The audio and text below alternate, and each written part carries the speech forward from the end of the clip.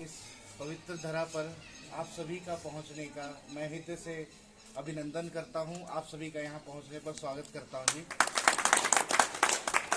यहां पे आज जो सम्मिलित हुए धमतान तपा के प्रधान डॉक्टर प्रीतम सिंह जी व गांव के अन्य गणमान्य व्यक्ति, सरपंच जयपाल जी, माननीय किशन जी, सरपंच बहादुर सिंह कालवन जी और माननीय रणधीर सिंह जी, और गांव के जितने भी मेरे पिता तुल्य बुजुर्ग सरपंच लोन सुरेश जी और जितने भी युवा साथी हैं और जितने भी प्यारे बच्चे हैं, मैं आप सभी को यहाँ पहुँचने पर अभिनंदन करता हूँ, स्वागत करता हूँ।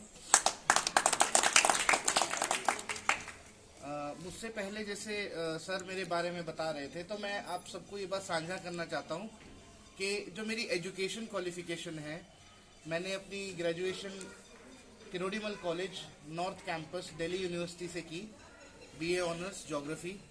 मास्टर्स मैंने दिल्ली स्कूल ऑफ इकोनॉमिक्स से की, MPhil Delhi school of economics. अब मैं अपनी पीएचडी पंजाब यूनिवर्सिटी से कर रहा हूँ। नेट, जेआरएफ, एसआरएफ ये सब क्लियर है। तो मैं आप सबसे ये कहना चाहता हूँ जी कि शिक्षा का एक मनुष्य के जीवन में बहुत बड़ा रोल होता है। और जब हमारी पिछली बार इस गांव में विजिट की थी, तब बहन मंजू ने इनका बारे में सुना था, क्योंकि ये खबर तो पूरे देश को पता लग गई थी मार्च में। लेकिन जब उन्हें छुट्टी मिली, वो यहाँ आए, तो उनसे मिलने का सौभाग्य भी प्राप्त हुआ, उनसे बातचीत भी हुई।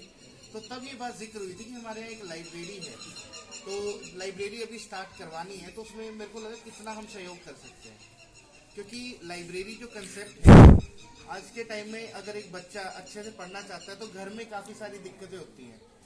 गांव में खासकर अगर कोई मेहमान आ जाए तो कहीं पानी ले आओ, बाहर से कुछ ये सामान ले आओ, तो जो फोकस होता है पढ़ाई में वो नहीं रह पाता है। तो आपको एक ऐसे एटमॉस्फेयर में रहना है, एक ऐसी जगह पे रहना है जहाँ पे आपको कोई डिस्टर्ब ना करे और आप अच्छे से पढ़ पाओ। तो लाइब्रेरी एक वो मॉडल है जो कि सिटीज में बहुत पहले से डेवलप है, लेकिन अब वो गांव तक भी पहुंच रहे हैं और कई गांव ने बहुत अच्छा करके दिखाया है। और लाइब्रेरी का ये और फायदा है, पढ़ेगा तो जो रिजल्ट आने की जो उम्मीद है वो और ज़्यादा अच्छी होती है। जैसे पिछले 2 वर्षों में मेरा सौभाग्य है कि मैं आप सबके बीच में हूँ। तो मैंने मोर देन 45 विलेजेस जो हमारे नरवाना के कवर किए। तो उसमें से अब उन बच्चों के मैसेज आते हैं कि हमारा सीटेट निकल गया। तो ये बहुत अच्छी बात लगता है। अप्रोक्सीमेटली 150 बच्चों का सीटेट निकलेगा। और आज हम लाइब्रेरी की विशेषताओं के बारे में भी अच्छे से जानेंगे, लेकिन मैं आप सबको ये बात भी साझा करना चाहता हूँ कि आज से 2 साल पहले मेरे लाइफ का एम कुछ और ही था। मेरी लाइफ का एम ये था कि मैं पीएचडी करना चाहता था, लेकिन दूसरे देश से। मैं करना चाहता था टूरिज्म में, और मेरे प्रोफेसर साहब भी टूरिज्म को काफ़ी प्रमोट करते हैं।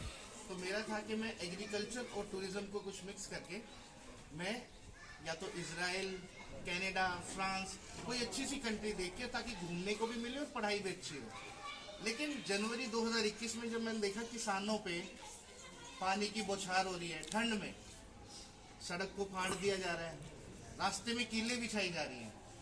अब दिल्ली यूनिवर्सिटी में उस वक्त मेरी सिविल्स की कोचिंग भी चल रही थी। मैंने बोला ऐसा क्या हो गया इन कानूनों में कि ये नौबत आ रही है कि किसान को रोकने के लिए सरकार इतना कुछ कर रही है। तो अच्छे से उसके बारे में पढ़ा, 3 कानूनों के बारे में।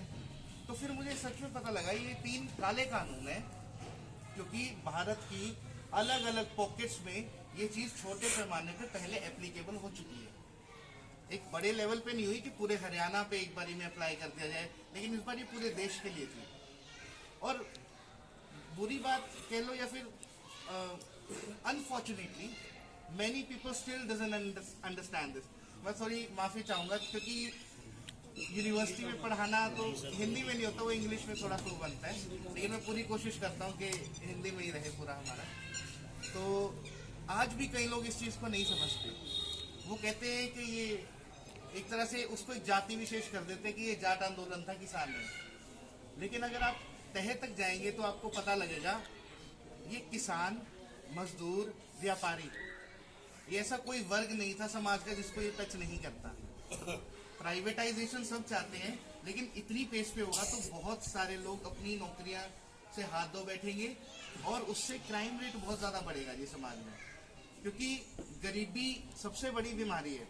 लोग कहते हैं शुगर है, कैंसर है, लेकिन सबसे बड़ी जो बीमारी है वो गरीबी है। जो बीमारी है वो गरीबी है, क्योंकि वो इंसान को मजबूर कर देती है कि वो ऐसी चीजें करे, क्योंकि अपना पेट तो सबको पालना है जी।